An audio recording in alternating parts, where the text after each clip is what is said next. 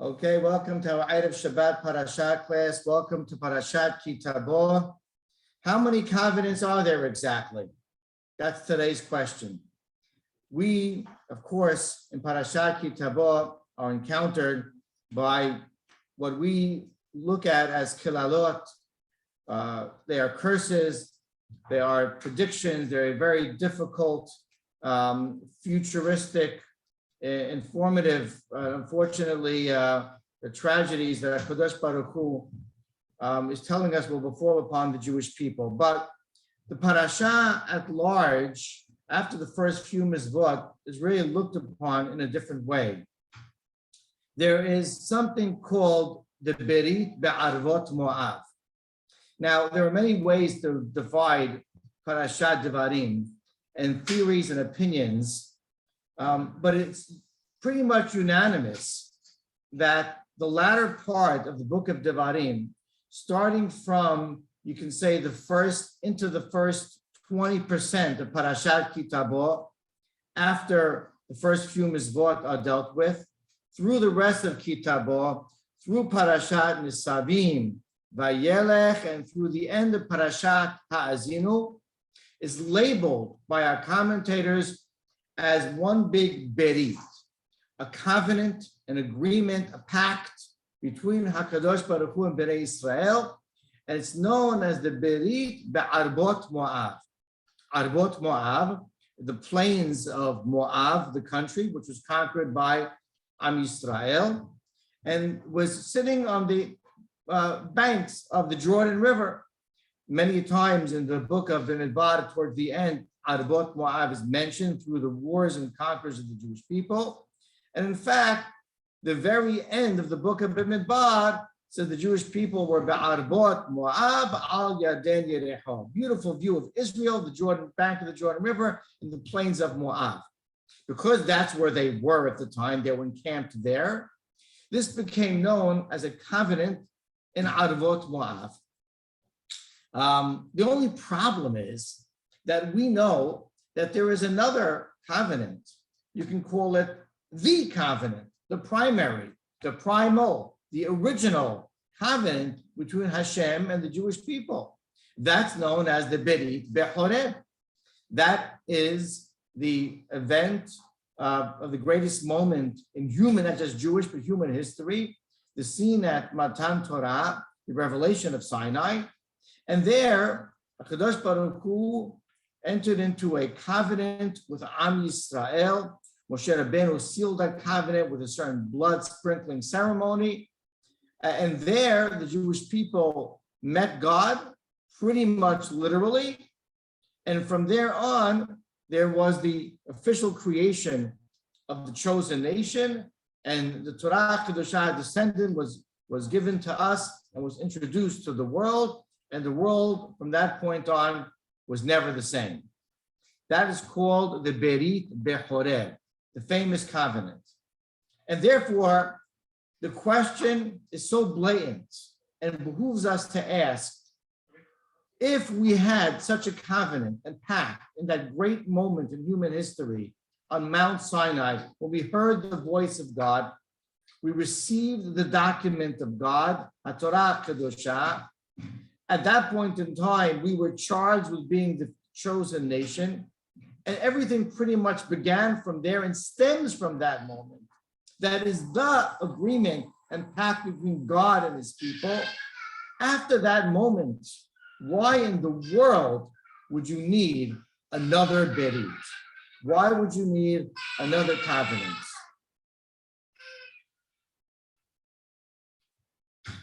That's the question. The answer may be simple, maybe not. You know, the Ramban, in the introduction to where this Berit began, and if you're following us in Perek Kavav, chapter 26, Pasuk Tezayin, verse 16, it was introduced by the following Pesukim. Hashem said, Hayom hazeh Adonai Elohecha misavecha la'asot et kol hachokim ha'eleh mishpatim. This very day, God is commanding you to follow his laws, his ordinances, his Torah. And the next two Pesukim afterwards, 17 and 18, which are quite mysterious that we'll get into, speak of this agreement between God and man. But on that first pasuk, the Ramban comments, he says, Hayom Hazeh, today, what does today represent? He says that day for them was like Har Sinai. How was it like Ma'amad Har Sinai? Because at this point in time, Moshe Rabbeinu had completed his speech of Mizvot, that segment of the book of Devarim, and therefore pretty much of almost the entire Torah Kedoshah in terms of the presentation of Mizvot. It's all been presented to Am Yisrael. And Moshe Rabbeinu said, this is like your graduation. Mabruk, happy graduation. Hayom Hazeh, that you have already absorbed 99.9% of the Mizvot that you are meant to have learned and heard from Moshe Rabbeinu as an agent of God. Today, you can now say, I can keep the Mizvot. And therefore, according to Ramban, this was a celebration of sorts this day that is pretty much an extension of Ma'amad Har Sinai. And this is, you can say, the bookend to the first covenant. If I read into the Ramban just a little bit, that the chosen nation's mission is finally complete once they've been educated. The shi'ud is over. They heard the end of the lesson. Took a while, but here it is. And now it culminates. The bookend to the covenant, the Brit at Horeb by Har Sinai, is Rabbi Ba'arvot Moab, because the education of Torah is finally over. So the Ramban, therefore, has a very simple, smooth way of looking at these two Beritot. It's really one covenant. Although he doesn't say it explicitly, that's the spirit of what the Ramban is saying. You can also say what the Abarbanel puts forth, and that is, harshly speaking, there was an incredible need for a new Berit. Yes, the Berit to Har Sinai was the greatest moment ever. However, as we know, Am Yisrael proved unworthy afterwards of that Berit. Het HaMeragelim, that generation was doomed to death. Anyone 20 and above didn't make it through the desert. It was the terrible reason why we had to remain in the desert for an extra 39 years. And they sinned. We know all the stories throughout the course of the Parashiot, even some in the next generation. And therefore, Am Yisrael proved themselves to almost have been so unworthy as to have even lost the merit of the first Berit Be'oreh. And therefore, you can look at this Berit almost being not so much unlasting, but not strong and permanent enough. A shaky foundation covenant. In fact, if you look at the 10th chapter in Masechet Sanhedrin in the Mishnah, naming different generations and peoples who lost their Helek Da'olam Haba, their portion of the world to come, there is a dispute, a terribly depressing and tragic dispute there in the Mishnah as to whether the generation of the Midbar, in other words, those who were doomed to death because of the sin of the spies, make it to the world to come. The first opinion is Dor HaMidbar en lahem helek le'olam haba ve'en omdim bedin, that the generation of the desert lost tragically their portion of the world to come. They will not be resurrected in the times of Tahiyat HaMetim to be judged and then favorably and then live eternally. And quotes the pasuk from B'midbar, Shelach Lecha B'midbar Hazeh Yetamu V'sham Yamutu. You'll die and you'll die forever. This is Rabbi Akiba's opinion. However, the good news is Rabbi Eliezer argues and disputes that opinion, and he says they're going to make it. Quotes a famous pasuk in Tehillim that we say at the Brit Milah: "Isfuli Hasidai Korete Briti Alezava."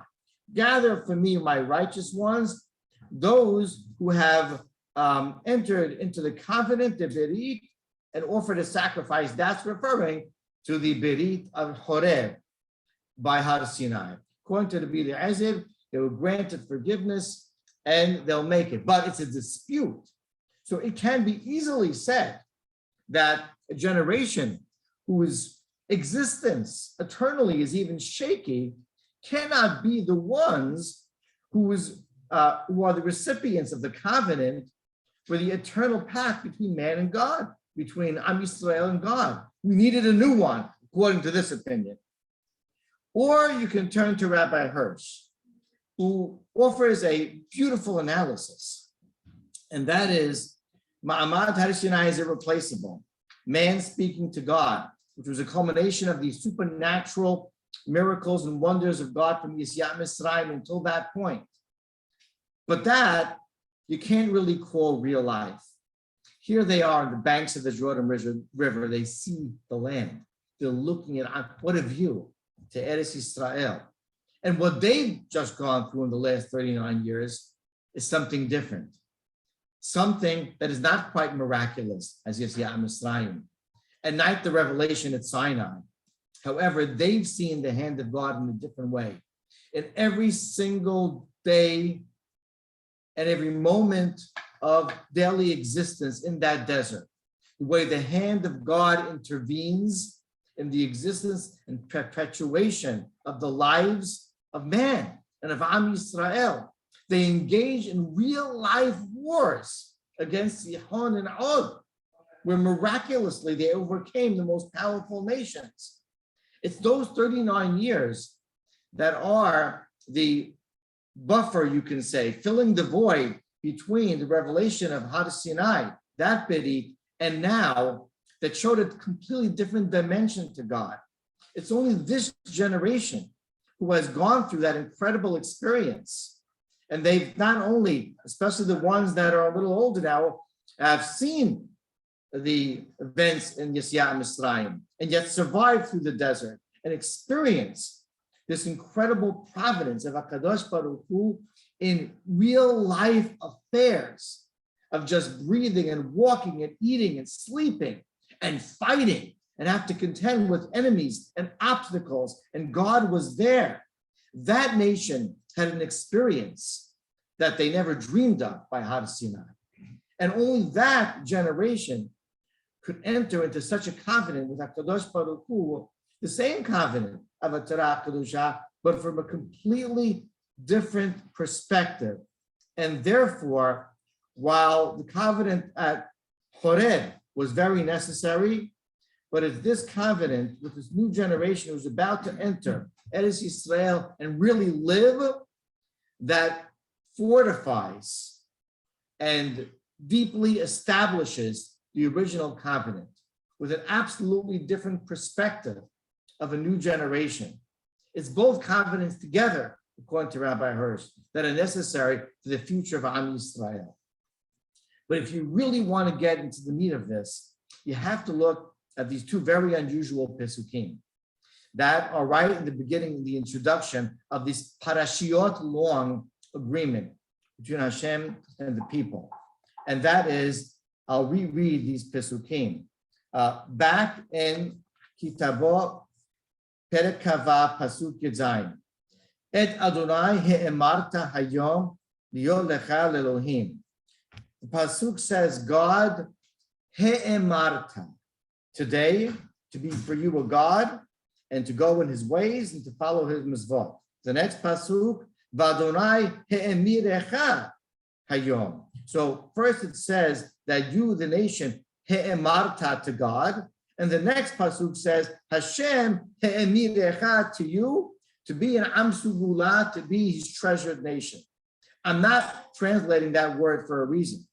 And the reason is because it's just about impossible to translate. The root word is amad, lemor. But the grammatical construct of that pasuk is called binyan hif'il. Hif'il is when you speak of a verb in the causative way, when you do something to cause something else to happen. The problem is it doesn't fit with the word amad to say.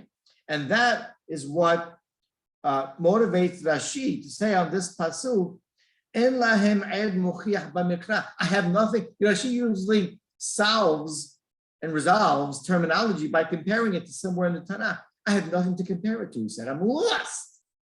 And then he and others come with a theory that this means to separate. You separated God to be the single God. God separated you to be the single chosen nation. Others like the Ramban, Rabbi Sajjad go on say it means to elevate. You elevated God to recognize him as Borei Olam. He elevated you to be the exalted nation and the model to the world. Wonderful Perushim. but they all fall short, admittedly so, to really resolve the word he'emirecha. And along comes the Ibn Ezra, who quotes the famous and great Rabbi Yehuda Halevi Asfaradi Alav Shalom, who says as follows. You know what it means, he'emirecha and he'emarta? Well, from Am Yisrael's standpoint is, Asita hayashar, you were so righteous of a nation. You learned so much in this desert. You elevated yourself. You grew so much. You forged a relationship with God. You were so committed. Ad shiomar shehu yihye Elohecha, to the extent that you almost forced it. You did something, he'emarta, Hashem was caused to say that he will be for you a God. In other words, you by your activities almost put God in the position that he said, I have no choice. This nation has to be my nation. You caused him to say, He'emarta and He'emirecha. He caused you to say, because he was so righteous, that, he has to be my God. And you caused him to say, by virtue of your actions, that they have to be my people. He'emarta and He'emirecha is the foundation of this covenant, where we use this incredible grammatical term to express the fact that if a nation and a people, an individual and collectively, Am Yisrael, do good, do right, are committed to HaKadosh Baruch Hu, Hashem almost has no choice but to say, he's chosen, she's chosen, they're the people. They are the exalted nation. You put God in that position because he, by his righteousness and his wonders and his providence and his intervention, put you in the position to say, he's got to be my God. And this beautiful reciprocal relationship between man saying, a Jew saying that this is obviously has to be my God. Look at what he's done. And Hashem responded by saying, they have to be my people. Look at what they've done. That has motivated this covenant. That's what was the spark plug to the Berit Be'arbot Moab, the second Berit, where Hashem looked at this next generation coming into Eretz Yisrael, and he said, them, I have to make a pact. I have to make a new covenant. This can't go unnoticed. And I'm going to form a special new Berit, a second Berit, on top of the Berit B'Choreb, because this nation deserves it. And this will be a model for all generations to come. How if you do right by me, then I'm going to be put in a position to say, this is an Am Segulah. And I'll embrace you, and I'll bring you to the promised land and keep you there forever. Amen, amen, and Shabbat shalom.